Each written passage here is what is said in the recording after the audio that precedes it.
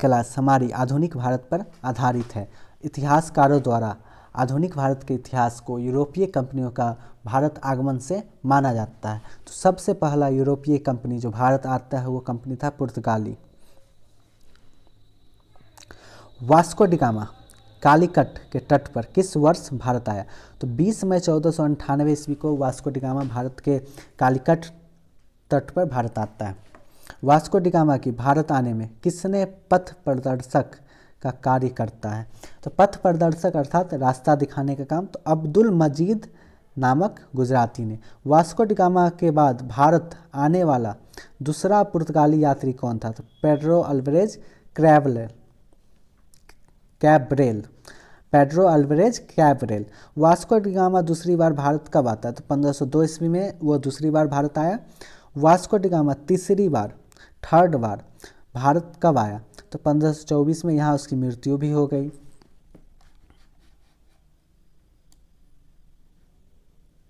ठीक है, अब आगे।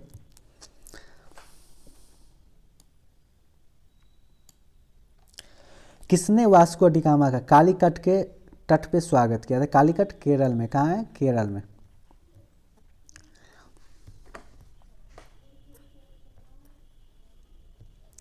कालीकट के तत्कालीन राजा जमोरिन ने। मध्यकाल में सर्वप्रथम भारत के साथ व्यापार संबंध स्थापित करने वाला यूरोपीय थे तो पुर्तगाली थे। किस यूरोपीय देश ने भारत में प्रथमतः मतलब पहली बार सामुद्रिक व्यापारिक केंद्र स्थापित किया? तो सर्वप्रथम सामुद्रिक व्यापारिक केंद्र स्थापित करने वाला पुर्तगाल ही थे। पुर्तगाल ने भारत में किस स्थान पर प्रथम दुर्ग अर्थात किला का निर्माण किया? तो कोचीन में 1503 ईस्वी में। ठीक है, आगे देख लेते हैं। तो नीला जल योजना, ब्लू वाटर पॉलिसी अर्थात शांत जल की नीति का प्रतिपादन किसने किया? तो फ्रांसिस्को डी अल्मीडा। यह पुर्तगाली की तरफ से प्रथम वायसराय भी बने, फ्रांसिस्को डी अल्मीडा। भारत में पुर्तगाली शक्ति का वास्तविक संस्थापक कौन था? तो वास्तविक संस्थापक अल्बुकर्क को माना जाता है। यह 1509 से 1515 ईस्वी में तक भारत में रहे। नेक्स्ट क्वेश्चन, गोवा पर अधिकार किस पुर्तगाली गवर्नर ने किया? तो अल्बुकर्क ने ही किया, फरवरी 1510 में। अल्बुकर्क की मृत्यु कहाँ पर हुई? तो गोवा में ही इसकी मृत्यु हो गई। किसने हिंदू महिलाओं से विवाह करने की नीति अपनाई? तो अल्बुकर्क ने ही अपनाई। ठीक है, बंगाल में पुर्तगालियों द्वारा प्रथम फैक्ट्री, बंगाल में जो पहला फैक्ट्री लगाया, किला कारखाना बनाया, हुगली में ही बनाया। आगे चलते हैं। बंगाल में पुर्तगालियों द्वारा प्रथम फैक्ट्री कहाँ पर स्थापित हुआ? तो हुगली में, ये हम पहले जान लिए। पुर्तगाली गवर्नर नीनो दी कुन्हा का भारत का कार्यकाल क्या था? तो 1529 से 1538 ईस्वी तक नीनो डी कुन्हा भारत में रहा। भारत में यूरोपीय शक्तियों के आगमन का सही क्रम क्या है? तो यूरोपीय कंपनी के आगमन का सही क्रम क्या है? सो अब आज हम लोग जानेंगे। तो पुर्तगाली पहली बार भारत आता है, सर्वप्रथम भारत आया 1498 में।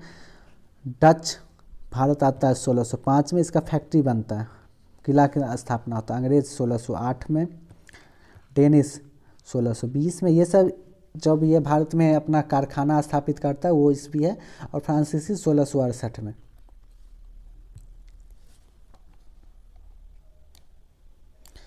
प्रमुख यूरोपीय कंपनी जो भारत आया ये हम जान लेते हैं। तो एस्टाडो द इंडिया पुर्तगीज कंपनी 1498 में, आप लोग जानते हो इसकी स्थापना हुई। 1503 ईस्वी में इसने किला बनाया कोचीन केरल में। और the east India Company Bharat आता है 1600 में, इसको अधिकार मिलता है। 1608 में यह फैक्ट्री लगाता है सूरत में। 1602 में Dutch east India Company Bharat आता है। 1605 ईस्वी में इसके द्वारा प्रथम फैक्ट्री लगाया जाता है मछलीपट्टनम में, आप लोग जानते हो। Then East India Company Bharat आता है 1616 में, लेकिन इसने फैक्ट्री लगाता है 1620 में। सर्वप्रथम फैक्ट्री इसने कब लगाया? 1620 में, आप लोग जानते हो, तिरंकोबार तमिलनाडु में। कंपनी इंडेस ओरिएंटलेस फ्रेंच ईस्ट इंडिया कंपनी जो भारत आता है 1664 ईस्वी में, और इसका फैक्ट्री लगता है 1668 में सूरत में ही।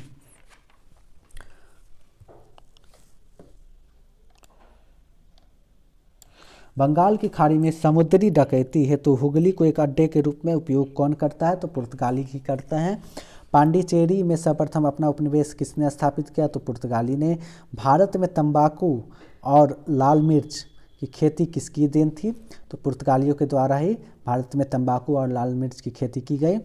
आलू और मक्का कौन भारत लाए थे? तो पुर्तगाली के द्वारा ही भारत लाया गया। उसके बाद डच आते हैं, आप लोग जानते हैं इसकी स्थापना 1602 में हुई और भारत में सर्वप्रथम फैक्ट्री 1605 में मछलीपट्टनम में लगाया इसने। पुर्तगालियों के पश्चात किस यूरोपीय कंपनी का भारत में आगमन था? तो डचों का। डच कहाँ के निवासी थे? तो डच नीदरलैंड हॉलैंड के निवासी थे। डच कंपनी का नियंत्रण किसके हाथ में था? सरकारी कंपनी थी। क्या थी ये? सरकारी कंपनी। भारत के साथ व्यापार के लिए गठित दूसरी संयुक्त पूंजी कौन थी?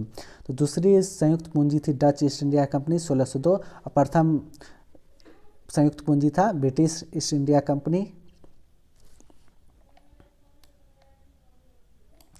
किस व्यापारिक कंपनी ने मुगल साम्राज्य के दौरान 1605 ईस्वी में मछलीपट्टनम में, डचों ने आपको पहले बताया 1605 में इसने अपना कारखाना किला स्थापित किया।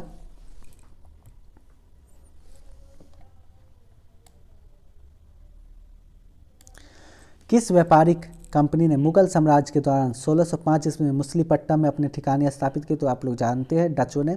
डचों की पहली कंपनी बंगाल में कहाँ स्थापित हुई? तो 1627 ईस्वी में सर्वप्रथम इसने बंगाल में स्थापित की, जगह का नाम पिपली। डच ईस्ट इंडिया कंपनी ने किस वर्ष अपना फैक्ट्री पटना में स्थापित किया? अर्थात बिहार में सर्वप्रथम इसने पटना में स्थापित किया 1632 ईस्वी में।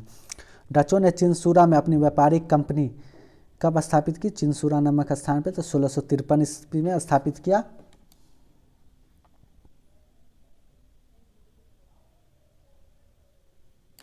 आप लोग जानते हो डचों के किस किले को गुस्ताबुल फोर्ट के नाम से जाना जाता है? तो चिंसूरा किले को, जो 1653 ईस्वी में बनाया। पुर्तगालियों को पराजित कर आधुनिक कोच्चि केरल में विलियम फोर्ट का निर्माण किसने किया? तो डचों ने किया। डचों का भारत में अंतिम रूप से पतन अंग्रेजों एवं डचों के मध्य किस युद्ध से हुआ? तो बेदरा के युद्ध से डचों का अंत भारत में हो गया 1759 ईस्वी में। भारत में डचों द्वारा स्थापित प्रमुख व्यापारिक केंद्र कौन सा थे? प्रमुख व्यापारिक केंद्र जहां उसने किला बनाया वहां से व्यापार किया तो मछलीपट्टनम, नागपट्टनम, पटना, चिंसूरा, कोचीन, सूरत, भरूच और आगरा। डचों ने कहां से पगोड़ा नामक सिक्का जारी किए? तो पुलिकट से। कहां से किए? पुलिकट से। अब मेन कंपनी जो भारत में आई व्यापार के लिए लेकिन यहाँ साम्राज्य स्थापित कर ली, वो कंपनी था अंग्रेज के द्वारा स्थापित ईस्ट इंडिया कंपनी। तो आप लोग एक पहली बात ये क्वेश्चन देखिए, आप किस ब्रिटिश कंपनी को भारत में व्यापार करने का पहला अधिकार पत्र प्राप्त था? ये क्वेश्चन बहुत सारे लोग गलत कर देते हैं, ईस्ट इंडिया कंपनी लिखते हैं, लेकिन लिवेंट कंपनी को 1593 में ही व्यापार का पहला अधिकार पत्र प्राप्त हुआ। यह कंपनी स्थल मार्ग द्वारा भारत में व्यापार करने का अधिकार पत्र इसे प्राप्त हुआ, तो लिवेंट कंपनी को ही। भारत के साथ व्यापार के लिए सर्वप्रथम संयुक्त पूंजी किन लोगों ने आरंभ की थी? तो अंग्रेजों ने आरंभ की थी।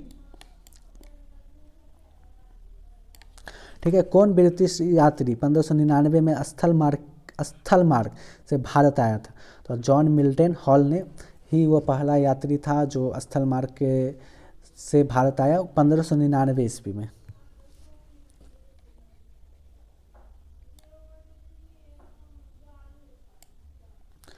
प्रारंभ में महारानी ने ईस्ट इंडिया कंपनी को कितने वर्षों तक व्यापार करने का अधिकार पत्र प्रदान किया? तो 15 वर्ष, जो 1609 ईस्वी से इसे अनिश्चित काल कर दिया गया। मतलब इसने अच्छा व्यापार किया इसलिए इसके आगे तक बढ़ा दिया गया।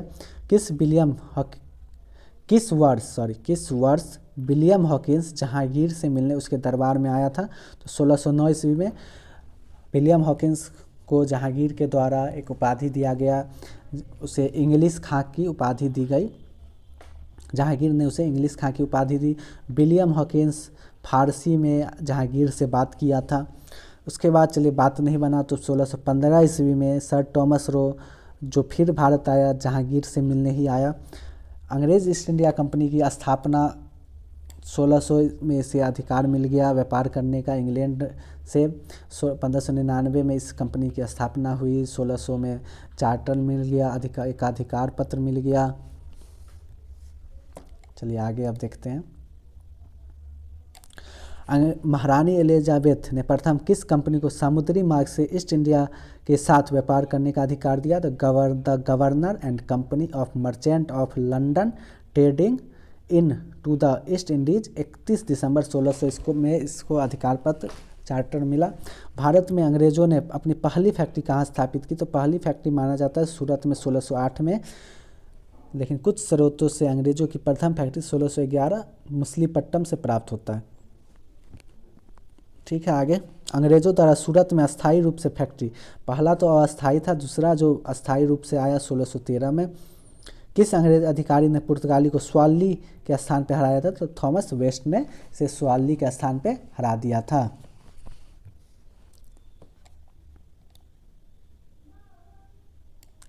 गोलकुंडा के सुल्तान द्वारा अंग्रेजों को सुनहरा फरमान कब प्राप्त हुआ? तो 1632 ईस्वी में। पूर्वी भारत में अंग्रेजों द्वारा प्रथम कारखाना कहाँ स्थापित किया? तो पूर्वी भारत में पूछा जाए तो क्वेश्चन ध्यान से देखें, बालासोर उड़ीसा में 1633 ईस्वी में। ब्रिटिशों ने सबसे पहले किस किले का निर्माण किया? प्रथम किला जो बनाया गया ब्रिटिशों के द्वारा वो फोर्ट सेंट जॉर्ज किला मद्रास में फ्रांसीसी डे 1639 में इसका निर्माण किया गया। ईस्ट इंडिया कंपनी के प्रारंभिक दौर में वेस्टर्न प्रेसिडेंसी कहाँ थी? तो सूरत में थी, बाद में से मुंबई ले आया गया।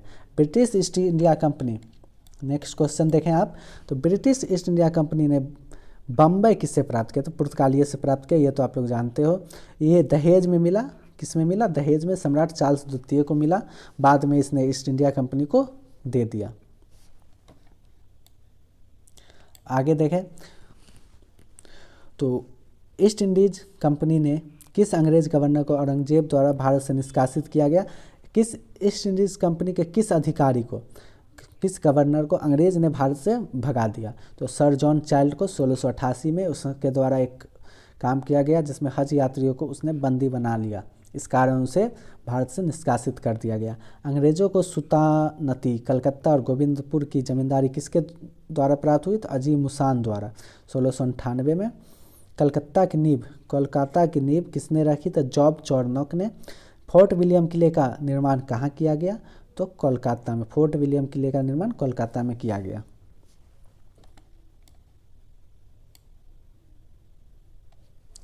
फोर्ट विलियम का प्रथम प्रेसिडेंट किसे नियुक्त किया गया? तो चार्ल्स आयर को। फोर्ट विलियम किस नदी के किनारे? तो हुगली नदी के किनारे है फोर्ट विलियम किला, जो कोलकाता में है। कोलकाता भी आप लोग जानते हो हुगली नदी के किनारे ही है। नेक्स्ट क्वेश्चन, किस वर्ष ईस्ट इंडिया कंपनी का मुख्यालय सूरत से बम्बई कर लिया गया? तो 1687 ईस्वी में। आपको मैंने पहले ही बताया कि मुगल सम्राट जहांगीर ने विलियम हॉकिंस को कौन सी उपाधि दी थी? इंग्लिश खां की उपाधि दी थी। उससे बहुत प्रसन्न हुआ। इंग्लिश अधिकारी होते हुए भी जहांगीर से उसने फारसी भाषा में बात किया।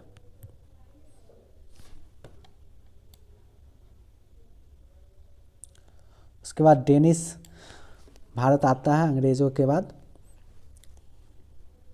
तो डेनिस का आगमन अंग्रेज़ों के बाद कब हुआ? तो 1616 ईस्वी में हुआ। आपको पहले भी बताए हम। 1620 में आप लोग देखिए तिरुवनंतपुरम में इसने अपना पहला फैक्ट्री स्थापना किया, दूसरा फैक्ट्री श्री रामपुर बंगाल में स्थापित किया। और यह कंपनी ज़्यादा दिन भारत में रहा नहीं और ये कंपनी को कुछ साम्राज्य स्थापित नहीं कर पाए, कुछ सिर्फ व्यापार पे ही रह गया। डेनिस कंपनी ने भारत में अपनी सभी फैक्ट्री को 1854 तक किसे बेच के भारत से चली गई? या भारत से व्यापार बंद करके चला गया, सब फैक्ट्री बेच दिया अंग्रेज़ों को। ठीक है, आगे चलते हैं। अब आते हैं, सबसे लास्ट में आती है फ्रांसीसी कंपनी। तो यूरोपीय व्यापारी कंपनियों में से भारत में व्यापारी के रूप में सबसे अंत में कौन सी यूरोपीय कंपनी आई? सबसे अंत में जो यूरोपीय कंपनी आई उसका नाम था फ्रांसीसी, जिसे हम लोग कहते हैं। 1668 ईस्वी में वह भारत आया। पहली फैक्ट्री सूरत में लगाया था। 1664 में ही उसकी स्थापना हुई थी। तो अगला क्वेश्चन, फ्रांसीसी ईस्ट इंडिया कंपनी का निर्माण किसके शासनकाल में हुआ? तो लुई 14 में। मंथली जो था कोलबर्ट द्वारा 1664 में इसकी स्थापना की गई, हम पहले बता चुके आपको। देखो, भारत में फ्रांसीसी कंपनी का संस्थापक किसे माना जाता है? तो कोलबर्ट को। ठीक है, अब आगे देख लेते हैं।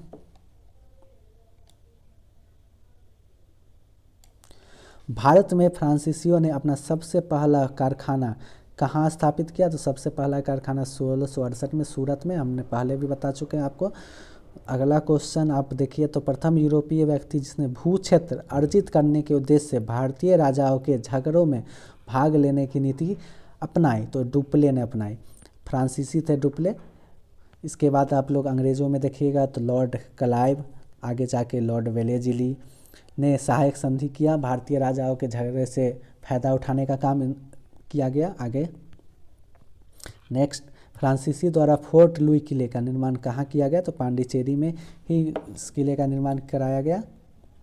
अब आगे देख लेंगे एक और किला, फोर्ट ओर्लियंस किले का निर्माण फ्रांसीसी द्वारा कहाँ किया गया? तो चंद्रनगर में किया गया। कहाँ किया गया? चंद्रनगर में।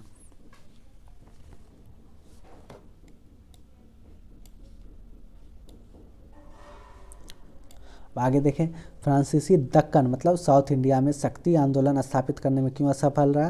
क्योंकि अंग्रेज बहुत शक्तिशाली हो गया था। प्रथम कर्नाटक युद्ध का तत्कालीन कारण क्या था? अंग्रेजों द्वारा फ्रांसीसी जहाज का अधिग्रहण कर लिया गया था कैप्टन बर्नेट द्वारा। तो कर्नाटक युद्ध, भारत में 3 कर्नाटक युद्ध होती है। 3 कर्नाटक युद्ध जो अंग्रेज और फ्रांसीसी के बीच में हुआ। तो कर्नाटक युद्ध किसके मध्य हुआ था?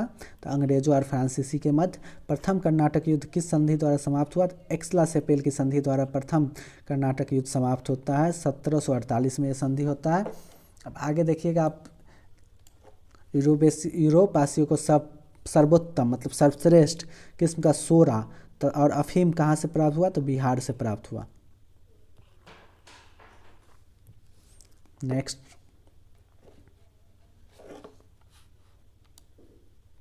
अब देखिए आप, किसकी अध्यक्षता में 1667 ईस्वी में एक फ्रांसीसी अभियान दल भारत आया? तो फ्रांसिस कैरोन के नेतृत्व में अभियान दल भारत आया।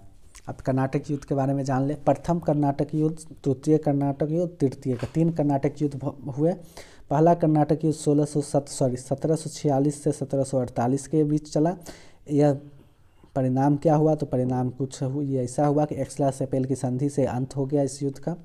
द्वितीय कर्नाटक युद्ध 1749 से 1754 ईस्वी तक चला। यह अनिर्णायक रह गया, कोई सा परिणाम ही नहीं निकला इस युद्ध का। किन युद्धों ने यह प्रमाणित किया कि भारत का सर्वे सर्वा अंग्रेज होंगे? तो सर्वे सर्वा अंग्रेज होंगे यह कर्नाटक युद्ध ने प्रमाणित किया, क्योंकि अंग्रेज इस युद्ध में विजय होते हैं। वांडीवास का युद्ध एक बहुत निर्णायक युद्ध, जिससे फ्रांसीसी भारत से विलुप्त होते चले गए। तो 1760 में फ्रांसीसी और अंग्रेज़ों के मध्य होता है। बहुत ही निर्णायक युद्ध था यह। उस फ्रांसीसी सेनापति का नाम बताएं जो 1760 ईस्वी के वांडीवास युद्ध में पराजित हुआ था। तो उस फ्रांसीसी सेनापति का नाम था काउंट डी लाली, और अंग्रेजी सेनापति थे सर आयरकूट। बहुत अच्छे सेनापति माने गए sir Eyre Coote. East India company के बारे में यह कथन किसका है? कंपनी एक असंगति है, परंतु उस व्यवस्था का भाग है जहां सब कुछ ही असंगत है। तो यह लॉर्ड मैकाले द्वारा